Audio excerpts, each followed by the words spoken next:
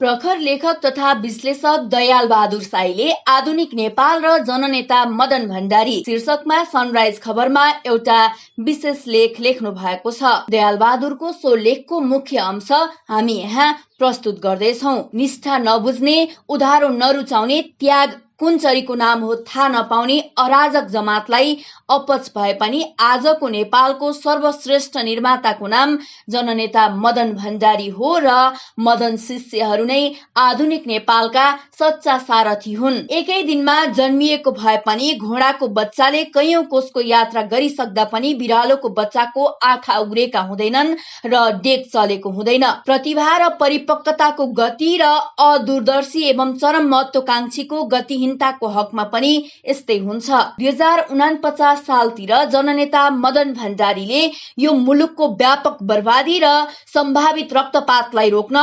लोकतन्त्रवादीहरूको सहकार्य र सहअस्तित्वको फहराएको झण्डाको रूपमा जनताको बहुदलीय जनवाद प्रतिपादन गर्दै गर्दा आजको कुर्सी छोप्ने होडका पारगत खेलाडी द्वय शेरबहादुर देउवा र पुष्पकमल दाहाल प्रचण्डको दशा पनि त्यति बेला आँखा नउग्रिएको बिरालोको बच्चाको जस्तो थियो। गोलीका आँखा हुँदैनन्, यो कथन तत्कालीन गृहमन्त्री शेरबहादुर देउवाको हो। यसो भनिरहँदा देउवामा विरोधी कम्युनिस्टहरूलाई बन्दुकबाट नै भुट्न सकिन्छ भन्ने विजय उन्माद भरपूर थियो। चुनाव लड्ने कम्युनिस्ट होइन, भेडाको खोल ओढेको बुवासो हो। प्रचण्ड नेतृत्वका उग्र वामपन्थीहरूको मदन प्रतिको निन्दा वर्षाको चुरो थियो।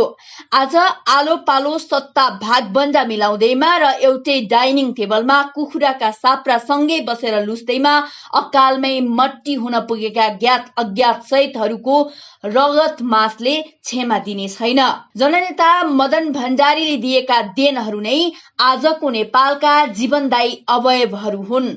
मदनको देन नै आधुनिक नेपालका लागि हेर्नलाई आँखा हो, फेर्नलाई सास हो र उभिनलाई चाहिने मेरुदण्ड हो।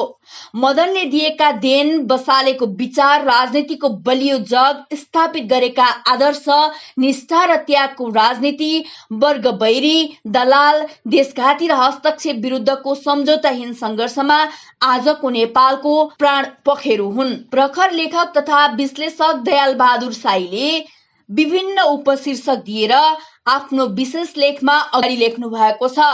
मदन भण्डारीले आफ्ना पिता पुस्ताका मनमोहन अधिकारीसँग सहकारीको राजनीति गर्नुभयो र 2048 सालको आम चुनावमा कृष्ण प्रसाद भट्टराईलाई हराउनुभयो। तर उहाँ अग्रजहरूको सम्मान गर्नुपर्ने संस्कारको दह्रो पक्षपाती हुनुहुन्थ्यो।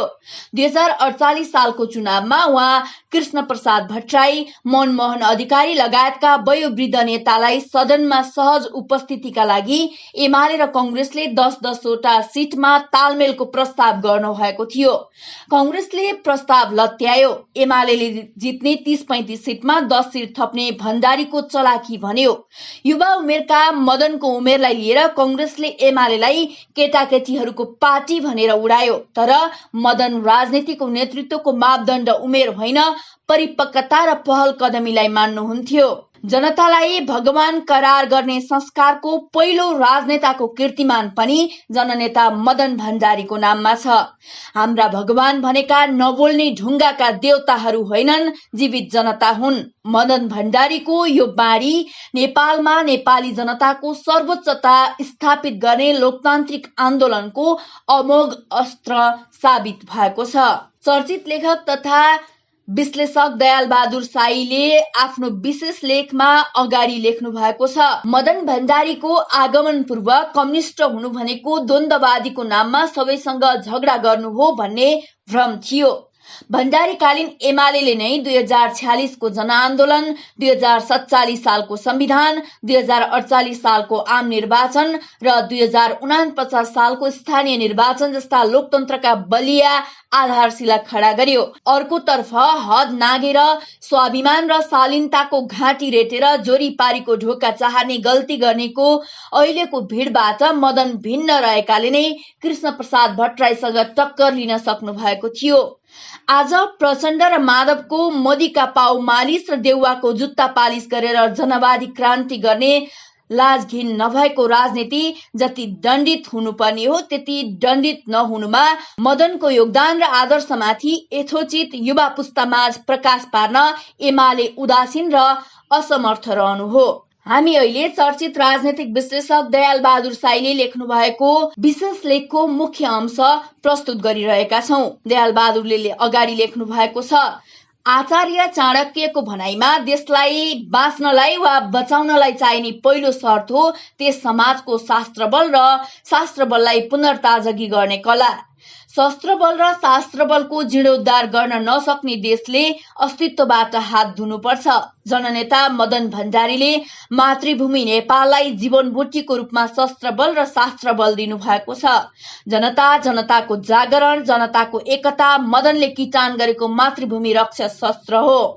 जनताको बहुदलीय जनवाद नेपाली जनताको हातमा रहेको शास्त्रबल हो। भ्रष्ट र भगौडाबाट सिर्जित संकटका कारण यति बेला युवा पुस्ता जवजको लिगबाट उछिटिएर अवसरका पछि कुद्ने, निराश हताश हुने खतरा बढेको छ। छवि र बाबुरामको लहलैमा बहकिएर गोली मिसनमा लागेर उहिले एक पुस्ता बर्बाद भयो। रवि र ढाकारामको लहलैमा बहकिएर गाली उद्योगमा लागेर अहिले अर्को पुस्ता बर्बादीको ढोकानेर पुगिसकेको छ। युवाहरूलाई उद्यमशीलता र अध्ययनशील नबनाई जुवा, तास, डाँड, रक्सी र अतलबी बनाएर योजना शून्य र सपना शून्य बनाउने होड छ। यो सब मदनको चिन्तन, संगठन र जनसमर्थनको राजनीतिलाई बिथोल्न गरिएको साजिश हो। प्रखर लेखक तथा विश्लेषक दयाल बहादुर साईले अगाडि लेख्नुहुन्छ, जननेता मदन भण्डारीले एमालेलाई खरो भूमिकामा उतार्नु अघि नेपालको राजनीति जनतामा समर्पित थिएन। राज्य सत्ता, दरबार, दिल्ली र कांग्रेस बीचको फुटबल थियो। जनताको दलन र देशको दोहन उनीहरूको मकसद थियो। यही अभिष्टलाई उनीहरू कहिले भद्दा ढंगले त कहिले कलापूर्ण ढंगले पूरा गर्थे। एमालेले यसमा पूर्ण विराम लगायो र जनसर्वोच्चताको नौलो युग ल्यायो।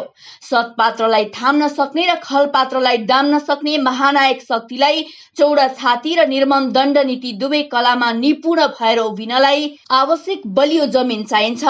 एमालेलाई आवश्यक बलियो जग र जमिन खडा गर्नु जननेता मदन भण्डारीले आधुनिक नेपाललाई लगाएको बिर्सन नहुने र बिर्सी नसकिने गुण हो।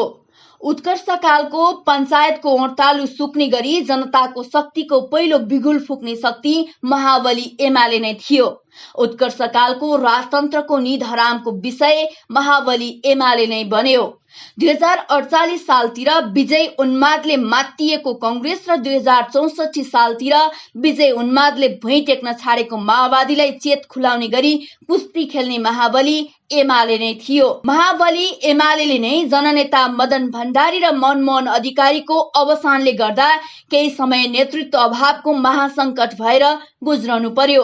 दुई पटक पार्टीको विभाजन र लगत्तै भएका चुनावको सामना गरी पुनर्जीवन प्राप्तिको महायुद्ध पनि महाबली एमाले नै जित्न सक्यो। पार्टीका महासचिव, अध्यक्ष भइसकेका, पार्टीको तर्फबाट प्रधानमन्त्री, उपप्रधानमन्त्रीको सम्मानित ओहदामा पुगेका हस्तीहरू बाटको लगातारको दशकौं लामो शक्ति ऐछन् र गद्दारीको दोहोरा मर्म र दर्दहरू झेल्नु पनि महाबली एमाले मात्र पर्यो।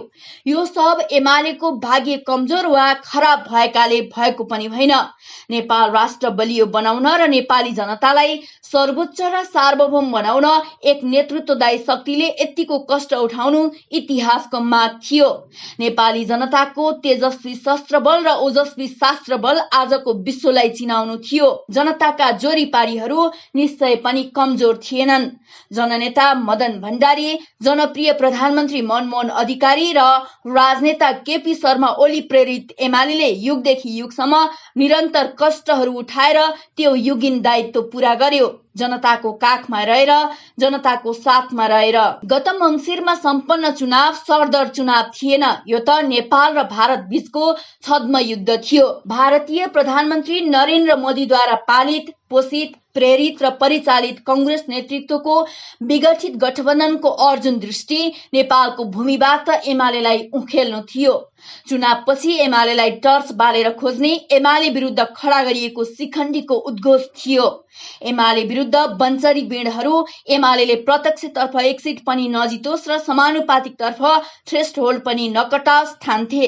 लिम्पियाधुराको रसो ली र ओलीको दीर्घ ली उच्चारण गर्नेको हालत एमालेको जस्तो हुन्छ भन्ने देखाएर भारत युग युगसम्म नेपाली जनतालाई तर्साउन हात धोएर लागेको थियो। किनकि नेपालको लोकतन्त्रको आवरणमा लैनचौर तन्त्र सुदृढ पार्ने तत्कालीन सत्तारूढ गठबन्धनको इरादा थियो।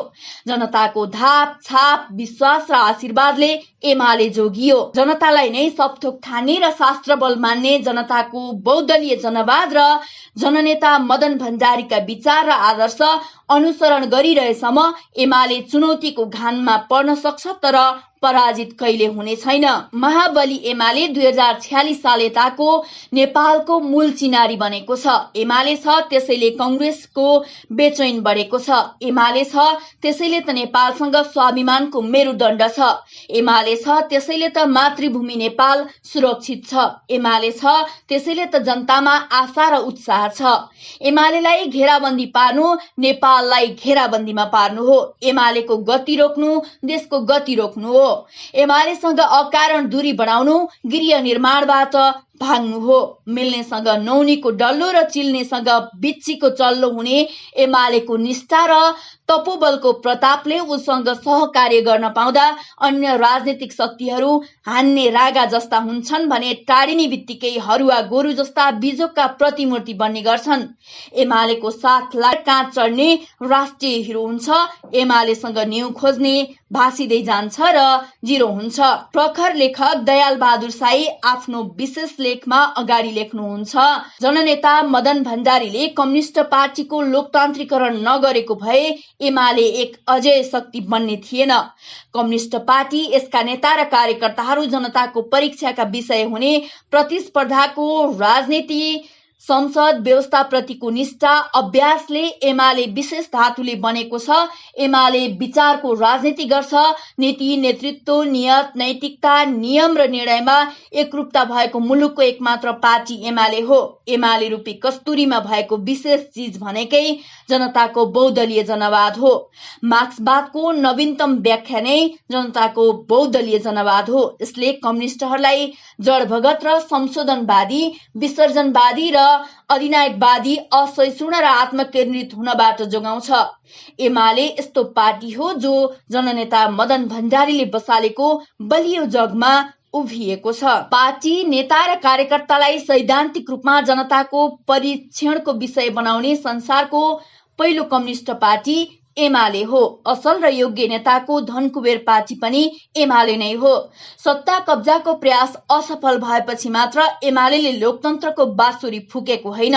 एमालेलाई लोकतन्त्रप्रति अटल निष्ठा छ। देशभक्ति र राष्ट्रियतालाई लोकतन्त्र विरुद्धको तरबार बनाउने मण्डले राष्ट्रवाद र लोकतन्त्रलाई लैनचौर तन्त्रको गुलामी, मलामी र सलामीमा सीमित बनाउने आत्मसमर्पणवादी लोकतन्त्र एमाले दुवैलाई अस्वीकार र घृणा गर्छ।